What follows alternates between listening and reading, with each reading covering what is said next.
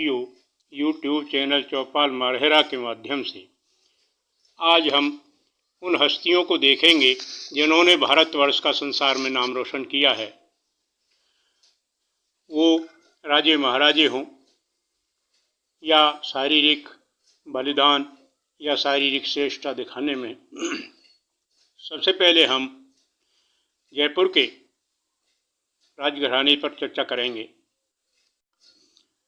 जयपुर राजघराना, जो कि राजा जयसिंह के समय से यानी 1731 से लाइट में आया है, इसके महाराजा जयसिंह ने ही जो आज गुलाबी नगर के नाम से प्रसिद्ध है जयपुर, उसको बसाया था। इसमें महाप्रतापी सम्राट हुए हैं, जैसे सर्वप्रथम सवाई जयसिंह, सवाई माधो सिंह, सवाई मान सिंह। आज इनकी जो दिया कुमारी राजनीति में आ रही हैं और लोकसभा का चुनाव लड़ी हैं।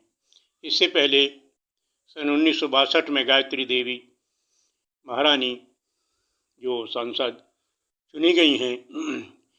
जयपुर राजघराने का वहाँ आसपास सभी जितनी सल्तनत हैं उन्हें बड़ा सम्मान है। इसमें जो सवाई मानसिंह, उनका रिकॉर्ड खूबसूरती और विभिन्न प्रकार की धरोहरें बनवाने में विशेष रूप से रुचि रखी है। जैसे जयसिंह जी को खगोल शास्त्र के नाम से विशेष रूप से जाना जाता है, ऐसे ही मान सिंह जी को शान शौकत के नाम से जाना जाता है। एक विशेष छोटी सी राष्ट्रीय भक्ति उन्होंने गौरव दिलाने वाली जो कही, उसके विषय में बताता हूँ। एक बार उन्होंने अमेरिका से एक गाड़ी मंगाई अम्पाला। उसकी कीमत 1 लाख रुपए थी और गाड़ी वहाँ से एक्सपोर्ट करने से पहले उनसे पूछा गया कि क्या आपको इसकी कीमत पता है? तो उन्होंने कहा कितना है? 1 लाख रुपये है। 1 लाख रुपये या डॉलर कि नहीं रुपये? कि तो फिर 2 भेज दीजिए। अच्छा, और दोनों गाड़ियाँ मंगा ली। यहाँ आकर के उन्होंने अपना ये पूछना अपमान समझा कि वो समझते थे कि अमेरिकी लोगों के दिमाग में हमारी अहमियत कम है। तो उन्होंने उनको सबक सिखाने के लिए गाड़ी गोबर में लगा दी और उसे खाद ढोने के लिए प्रयोग किया जाने लगा। सर्विस के लिए जब इंजीनियर आए वहाँ से, तो उन्होंने रिपोर्ट दी कि वो गाड़ी गोबर ढो रही है। तो उन्होंने कहा कि आपने हमारा बड़ा अपमान किया कि ये गाड़ी गोबर ढोने के लिए है। उन्होंने कहा कि आपने भी तो अपमान किया था, क्या हम गाड़ी खरीद नहीं सकते हैं? तो उन्होंने ये करारा जवाब दिया। ऐसे राजघराने पर इंदिरा गांधी जी ने रेड डलवाई और उनका सारा खजाना छीन लिया, जो एक अमूल्य निधि थी। सन 1967 में इंदिरा गांधी ने पृथ्वी फर्श छीने। ऐसे रजवाड़ों को काफ़ी सताया जो कांग्रेस से खिलाफ होती चली गई। तो ये छोटा सा वाक़या जो एक राष्ट्रभक्ति से पूर्ण है, मैंने आपसे सुनाया। दूसरा मैं जिक्र करूँगा गामा पहलवान पर, जो 1898 में ये प्रसिद्ध हुए और जिनका अपना जो रिकॉर्ड है वो अशिक्षित होकर के पहलवानी का है। इनका जन्म सन 1878 में हुआ और छोटी उम्र में ही पहलवानी में आ गए, क्योंकि परिवार पहलवानी में था। इनका मूल नाम तो गुलाम मोहम्मद बख्श था, लेकिन इनकी जो उपलब्धियां हैं उनके नाम से इनको गामा का खिताब दिया गया। एक बार इन्होंने अपने पहलवानी गुरु में, जिनको ये गुरु मानते थे, रहीम सुल्तानी वाला, तो उनको भी चित्त किया, और एक बार नहीं बल्कि 3 बार, लेकिन उनको गुरु मानते थे। जो मुख्य बात है, इन्होंने देश का नाम कैसे रोशन किया कि राष्ट्रमंडल के खेल हो रहे थे, और राष्ट्रमंडल के खेल का मतलब है कि जिन पर उस समय इंग्लैंड का कब्जा था, जिन देशों पर, उन देशों को राष्ट्रमंडल के अंतर्गत लाया गया। वहाँ पहलवानों की कुश्ती हो रही थी, छटे हुए पहलवानों की। तो पटियाला नरेश के विशेष आग्रह से गामा पहलवान को वहाँ भेजा गया। ये सन 1910 की बात है।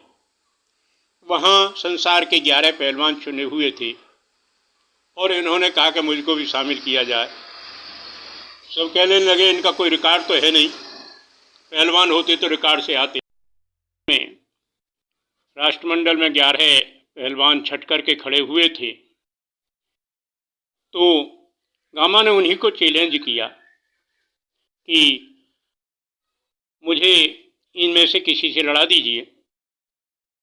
तो सबने सोचा कि ये पहचान वाला तो है नहीं, चला आया सिफारिश से। तो कहा कि आप किसी से लड़ लीजिए। उन्होंने कहा, गामा ने, कि मुझे किसी से लड़ा दीजिए। अब एक पहलवान आए कि चलो मैं स्वीकार करता हूँ। गामा ने उनको आते ही पछाड़ दिया। इस प्रकार एक एक करके 11 पहलवान आते गए और सबको गामा ने पछाड़ दिया। उसे तभी से ये गामा का नाम खिताब दिया गया। एक बार जोधपुर के महाराजा ने भी 400 पहलवानों को इकट्ठा किया, वहाँ भी गामा ने सबको ही परास्त किया। ये हेवीवेट चैंपियन भारत में खिताब जीत चुके। इन्होंने सन 1960 में मृत्यु को गले लगाया। उससे पहले इनको टाटा बिरला आदि ने पेंशन से नवाजा। जिस प्रकार इन्होंने भारत का नाम रोशन किया, उसी प्रकार इनको सम्मान दिया गया। तो साथियों, ऐसे लोगों पर, इन हस्तियों पर हमको नाज है। लेकिन कुछ ऐसी भी हस्तियां हैं कि जो देश के सिर को नीचा भी करती हैं। मैं अपने पूर्व प्रधानमंत्री जवाहरलाल नेहरू से संबंधित एक वाक़ा सुनाऊंगा। बी जॉनसन और ये दोनों ही इंग्लैंड में एक साथ पढ़े थे। दोनों ही अपने अपने देश के राष्ट्रपति हुए बाद में। तो पढ़ते समय का वाक़या है कि एक बार इन्होंने यूनिवर्सिटी में किसी छात्रा का चुम्बन ले लिया, जिस पर जुर्माना बोला, और भारत में मोतीलाल जी के पास में जुर्माने की लिस्ट आई। तो मोतीलाल जी ने कहा कि मैं 21 जुर्माना में जीतता हूँ, आगे और भी चुम्बन ले सकता है बच्चा। अब इस से बी जॉनसन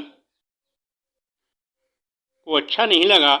सहपाठी थे, उन्होंने देखा कि इनके पास क्या सोच है। तब तक जवाहरलाल से विशेष रूप से वो कोई संबंधित नहीं थे, लेकिन इस प्रक्रिया से उन्होंने अपने को कुछ प्रभावित किया और जवाहरलाल से बोले, भाई आपके यहाँ हम चाय पीना चाहते हैं। अब वो चाय पीने के लिए जवाहरलाल जी के यहाँ आए, क्योंकि दोनों ही उस समय संसार की महान हस्तियाँ थीं। 12 गेट थे, 12 गेटों पर गाड़ियाँ इन्हीं की लगती थी, पता नहीं किस गेट पर से आ जाएं। तो इनमें प्रतियोगिता सी भी चलती रहती थी। जब जवाहरलाल जी के यहाँ गए तो जवाहरलाल जी ने अपने देश के नोटों से जला करके उन्हें चाय पिलाई।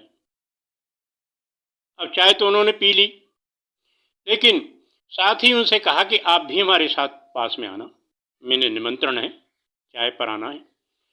जब जवाहरलाल जी गए तो उन्होंने, उस समय स्टोव चलते थे, स्टोव से चाय पिलाई। जवाहरलाल जी बोले कि क्या अभी आप स्टोव प्रयोग करते हैं? तो उनका जवाब था कि मैं देश की मुद्रा का अपमान नहीं कर सकता। तो कुछ ऐसे वाक़ये भी हैं कि जिनसे हमारा सर नीचा भी होता है। तो मैं साथियों आपसे गुजारिश करूंगा कि मेरे चैनल को सब्सक्राइब करें और जो भी आप मुझे सलाह दें मंजूर होगी। धन्यवाद और नमस्कार।